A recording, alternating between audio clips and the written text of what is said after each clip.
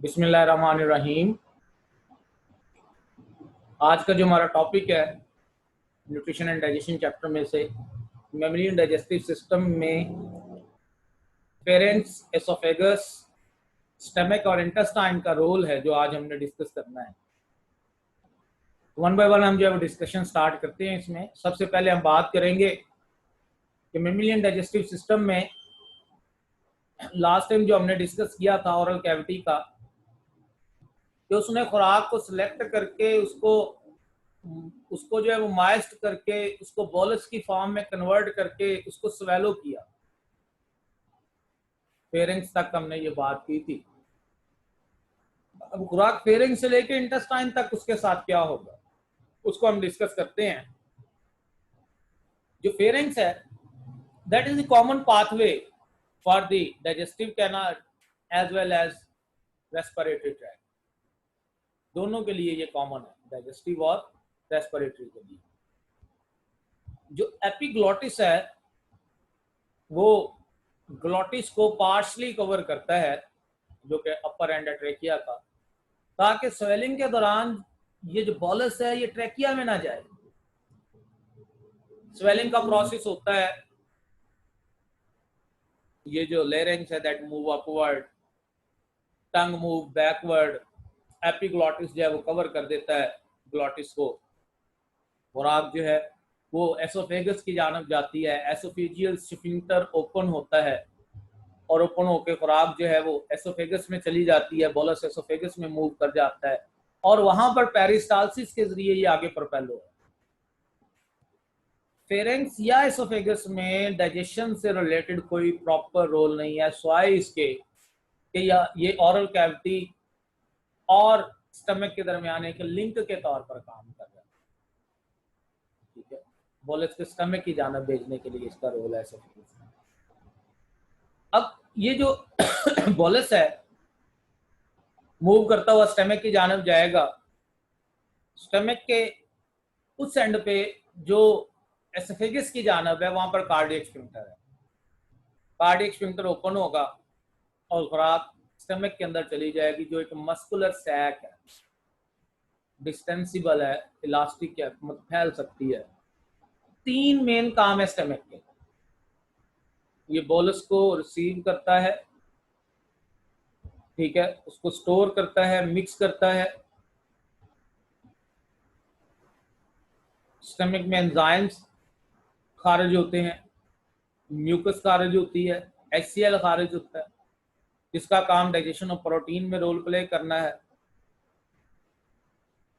और उसके बाद स्मॉल इंटेस्टाइन के अंदर खुराक को मूव करवाने के लिए वाया पाइलोरिक स्फिंक्टर थोड़ी थोड़ी करके खुराक को आगे जो है वो मूव करवाता है। जो कंट्रोल रेट है फूड का, कि उसको बल्क में जो है वो स्मॉल इंटेस्टाइन में नहीं भेजता, आहिस्ता आहिस्ता आहिस्ता आहिस्ता उसको जो है वो स्मॉल इंटेस्टाइन में भेजता है, जहां पर उसकी फर्दर प्रोसेसिंग होते हुए, डाइजेशन होते हुए एब्जॉर्प्शन शुरू हो जाता है। स्टमक के हवाले से अगर हम बात करें तो उसके जो इनर म्यूकस मेम्ब्रेन है, उसकी म्यूकोजा है, जो उसमें थाउजेंड्स ऑफ गैस्ट्रिक ग्लैंड्स मौजूद है। स्टमक के अंदर गैस्ट्रिक ग्लैंड मौजूद है। ये जो गैस्ट्रिक ग्लैंड्स हैं, गैस्ट्रिक ग्लैंड्स में तीन तरह के सेल्स हैं। इंटर लेवल पे आपने पढ़ा था, एक पैराइटल सेल है, एक चीफ सेल है, एक म्यूकस सेल है। जो पैराइटल सेल है, ठीक है, वो क्या करते हैं, वो HCl खारिज करते हैं। जो चीफ सेल है, ये जाइमोजन सेल है, वो पेप्सिनोजन खारिज करते हैं और वो pepsinogen in the presence of HCl वो पेप्सिन में कन्वर्ट होती है और ये पेप्सिन मजीद पेप्सिनोजन को जो है वो HCl के प्रेजेंस में एक्टिवेट करती है और जैसी एंजाइम में पेप्सिन एक्टिवेट हो जाता है that convert the protein into peptones and polypeptides. ठीक है, इन दोनों तरह के सेल्स जो हैं, इन दोनों सेल्स को अगर हम बात करें, ये गैस्ट्रिक ग्लैंड्स की पिट्स में है। वहां से आसानी से ये अपनी सिक्रीशन को इंटेस्टाइन के ल्यूमन में जो है वो छोड़ देते हैं, उस स्टमक के ल्यूमन में छोड़ देते हैं।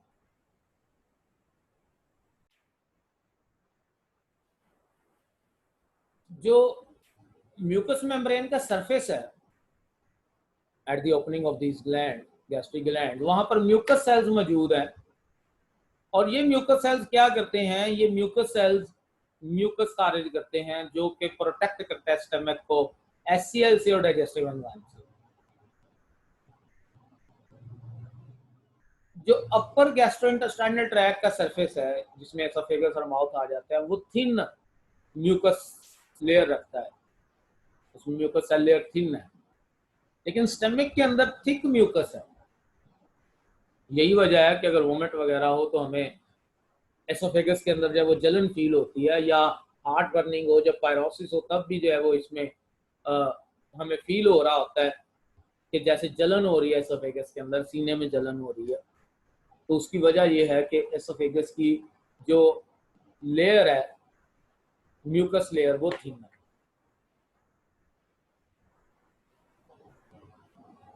स्टमक की मिकोजा में एंडोक्राइन सेल्स भी मौजूद है, और ये एंडोक्राइन सेल एक हार्मोन पैदा करते हैं गैस्ट्रिन, और ये गैस्ट्रिन जो है वो इसका टारगेट सेल गैस्ट्रिक ग्लैंड्स है। ये गैस्ट्रिक ग्लैंड को एक्टिवेट कर देता है, और गैस्ट्रिक ग्लैंड को स्टिमुलेट करने से गैस्ट्रिक ग्लैंड से गैस्ट्रिक जूस पैदा होता है, और उस गैस्ट्रिक जूस में पेप्सिनोजन, म्यूकस और एचसीएल मौजूद है। जब बोला सेंटर होता है स्टमक में, स्टमक की वॉल जो है वो फैल जाती हैं, डिस्टेंट हो जाती हैं। जब डिस्टेंशन आती है स्टमक वॉल में, ठीक है, यानी कि हम खाना खा रहे हैं और स्टमक हमारा जो है वो फैल रहा है, तो इसकी वजह से जो गैस्ट्रिक पिट्स हैं वहां से ज्यादा मिकदार में एचसीएल और पेप्सिनोजन खारिज होगा। वो जो पेप्सिनोजन है वो एक्टिवेट होगा इनटू पेप्सिन एचसीएल में मौजूद हाइड्रोजन आयन की वजह से, और वो जो पेप्सिन है वो क्या करेगा, वो प्रोटीन की डाइजेशन शुरू करवा देगा। तो पेप्सिन, म्यूकस और एचसीएल ये सारे मिक्स होंगे with the bolus, with the food, और वहां पर मिक्स होते हुए उस फूड के अंदर मौजूद जो प्रोटीन्स हैं उनको जो है वो तोड़ देगा इनटू पेप्टॉन्स। लेकिन ये जो म्यूकस है ये स्टमक वॉल को डिस्ट्रॉय नहीं होने देगी, ये उसको खराब नहीं होने देगी।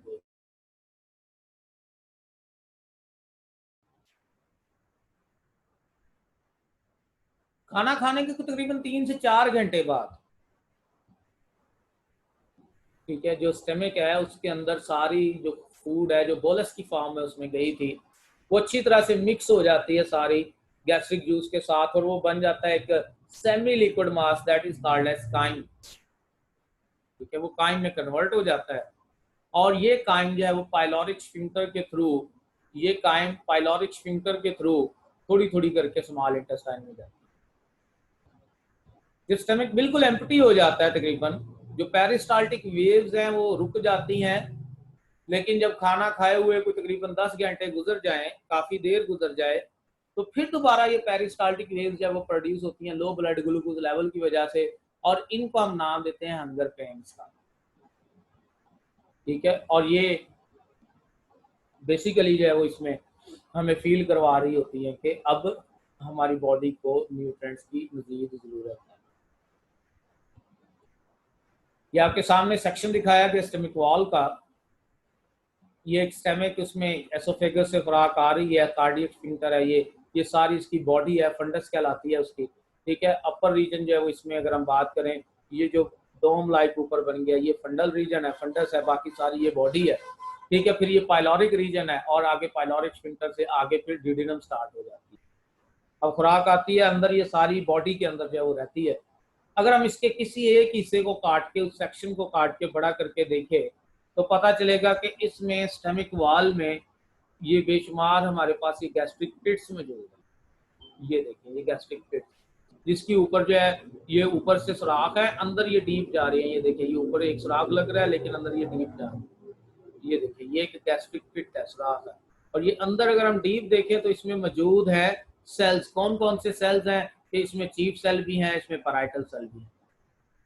ठीक है, और अपर सरफेस पे इसके म्यूकस सेल भी, वो म्यूकस भी खारिज करेंगे, एचसीएल भी खारिज होगी, जाइमोजन भी खारिज होगी, और वो सारे का सारा कलेक्टिव गैस्ट्रिक जूस कहलाएगा, जो इन गैस्ट्रिक पिट्स से खारिज होकर अंदर जो है वो स्टमक में जो है वो आ जाएगा। स्टमक ये काइम को थोड़ा थोड़ा करके देगा small intestine, small intestine that is the chief site of the digestion, main site of the digestion. Small intestine में पाइलोरिक स्फिंक्टर के थ्रू जो खुराक जाएगी, स्मॉल इंटेस्टाइन का सबसे पहला पोर्शन जो है दैट इज डिडेनम। स्मॉल इंटेस्टाइन के वाले से अगर हम बात करें तो तकरीबन 4 सेंटीमीटर इसका डायमीटर है और 7 से 8 मीटर इसकी लेंथ है।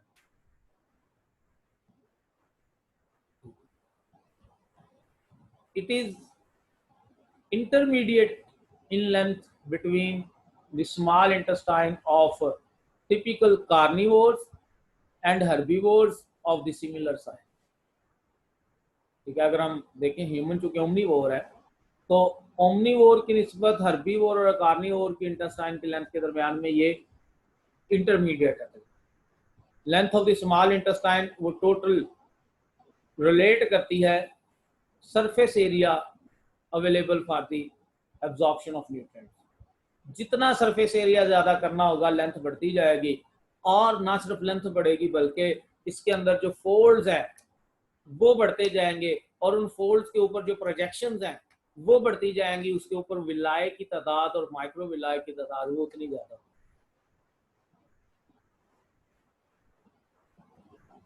स्मॉल इंटेस्टाइन के अंदर सर्कुलर फोल्ड्स मौजूद हैं। सर्कुलर फोल्ड्स के ऊपर फिंगर लाइक प्रोजेक्शंस जिनको हम विलाय कहते हैं वो मौजूद है।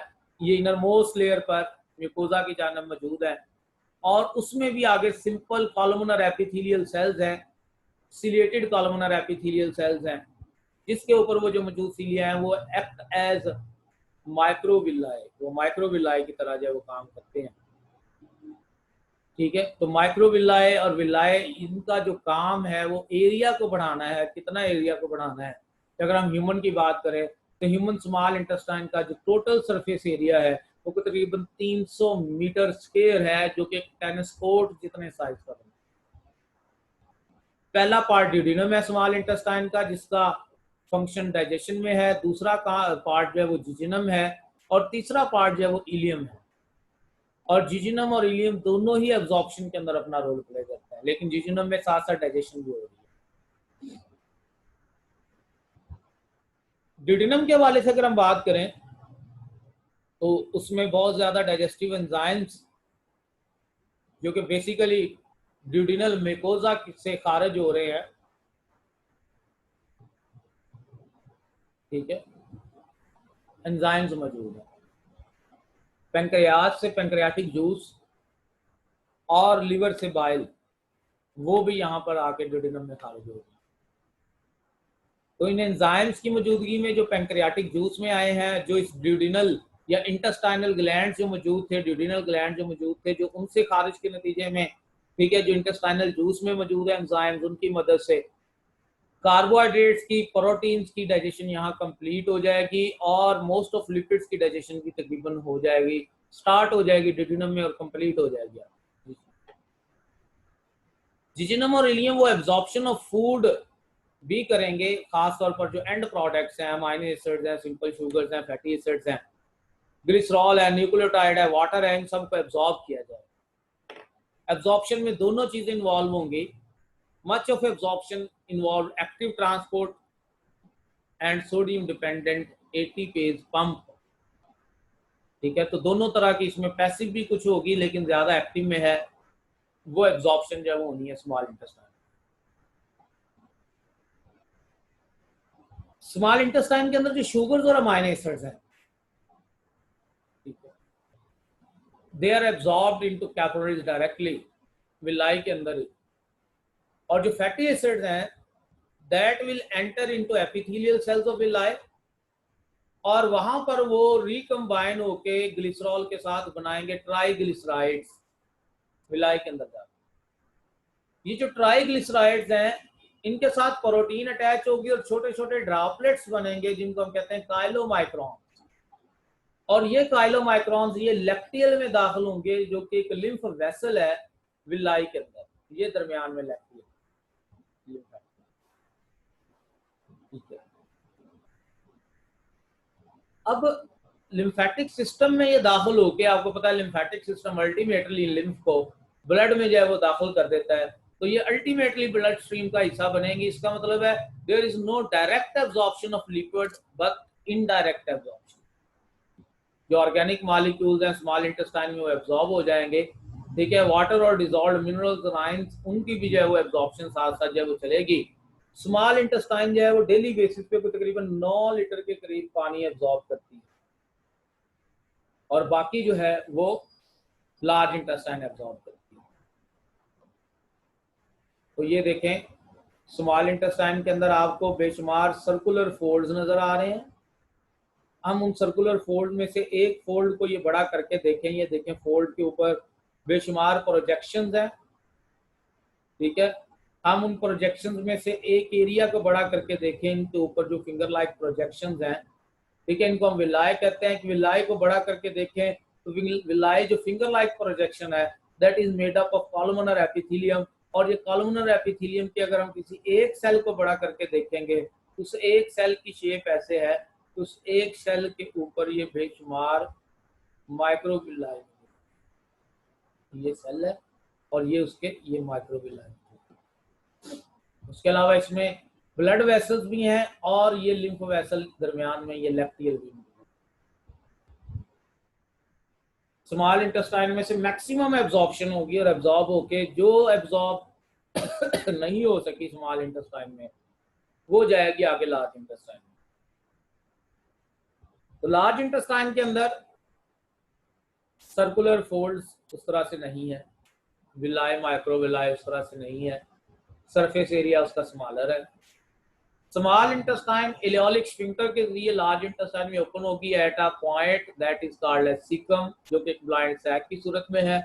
और उस सीकम के साथ जो है वो एक एक्सटेंशन है, छोटी सी फिंगर लाइक प्रोजेक्शन है, दैट इज कॉल्ड अपेंडिक्स। और इसका एवोल्यूशनरी पॉइंट ऑफ व्यू से जो है वो रोल कि ये पहले हर्बीवोर्स में मौजूद थी, जैसे जैसे मॉडिफिकेशन होती गई फूड में, तो ह्यूमन के अंदर ये काफी रिड्यूस हो गई हुई है। इसको वेस्टिजियल ऑर्गन के तौर पर हम देखते हैं, ठीक है। अपेंडिक्स में बेशुमार लिम्फोइड टिश्यूज हैं और ये लिम्फोइड टिश्यूज जो है वो इम्यूनिटी के अंदर रोल प्ले करते हैं। तो इसका मतलब है कि जो अपेंडिक्स है that have a role in immune system to form immunity. Large intestine का जो मेन काम है that is to absorb the water and minerals and the formation and storage of feces। तो लास्ट पार्ट में करेगा rectum में। पानी की और आयंस की मिनरल्स की एब्जॉर्प्शन है, और अगर ये एब्जॉर्प्शन ज्यादा हो जाएगी, ठीक है, अगर ये एब्जॉर्प्शन ज्यादा हो जाएगी तो कॉन्स्टिपेशन हो सकती है, और अगर कम होगी तो डायरिया हो सकती है। जैसे जैसे पेरिस्टाल्टिक वेव मूव करेगी, खुराक जो है वो आगे इंटेस्टाइन में मूव करती जाएगी, मिनरल्स जो है वो डिफ्यूज करते जाएंगे या एक्टिवली ट्रांसपोर्ट होते जाएंगे एपिथेलियल सरफेस की टिश्यूज में उसमें, और वहां से ब्लड स्ट्रीम में जो वाटर है वो भी फ्लो होगा, ठीक है, लिम्फेटिक सिस्टम में जब वो रिटर्न होता रहेगा। पानी की रीअब्जॉर्प्शन नहीं कहेंगे हम, एब्जॉर्प्शन कहेंगे, रीअब्जॉर्प्शन किडनी पे है, ठीक है। पानी की एब्जॉर्प्शन जो है वो अगर जो है वो नहीं हो पा रही पूरी तरह से, तो फिर फीकल मैटर के साथ बहुत ज्यादा जो है वो पानी जाएगा। ऐसी कंडीशन को डायरिया कहते हैं, ठीक है। और अगर ज्यादा जो है वाटर एब्जॉर्प्शन हो गई है तो उसकी सूरत में जो है वो क्या है, फीकल मैटर बहुत थिक हो जाएगा, this is called as constipation. तो डायरिया या कॉन्स्टिपेशन की स्टेट डेवलप हो सकती है लार्ज इंटेस्टाइन। बहुत सारे बैक्टीरिया भी लार्ज इंटेस्टाइन में मौजूद है। ये जो बैक्टीरिया लार्ज इंटेस्टाइन में मौजूद है, ठीक है, ये सिम्बायोटिकली यहाँ पर काम कर रहे हैं। कुछ फंजाई भी एग्जिस्ट करती है और ह्यूमन के अंदर भी, और ज्यादा बाकी में एनिमल्स के अंदर।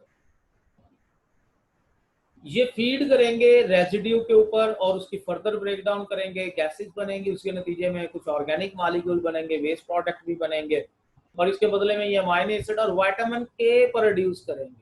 इसलिए ये सिम्बायोट है, हमें फायदा दे रहे हैं और खुद को भी इनको फायदा मिल रहा है, इनको खुराक मिल रही है। तो जो भी बचेगा बाकी वो फीसिस है, जिसमें बैक्टीरिया का mixture, fungi, undigested plant fibre, जो इंटेस्टाइनल सेल्स स्लाइड ऑफ हुए हैं वो, और उसके अलावा कुछ वेस्ट प्रोडक्ट्स जो बाइल के पिगमेंट्स हैं वो भी, ये सारे के सारे जो है वो फीकल मैटर की सूरत में, फीसिस की सूरत में ये आ जाएंगे रेक्टम में, और रेक्टम जो है वो इनको आगे भेजेगा इनटू दी एनस, एनस के थ्रू इनटू एनवायरनमेंट। यहाँ तक कोई क्वेश्चन हो तो आप मुझे पूछ सकते हैं, इंशाल्लाह इससे नेक्स्ट जो है वो पार्ट नेक्स्ट लेक्चर के अंदर जो है वो हम डिस्कस करेंगे।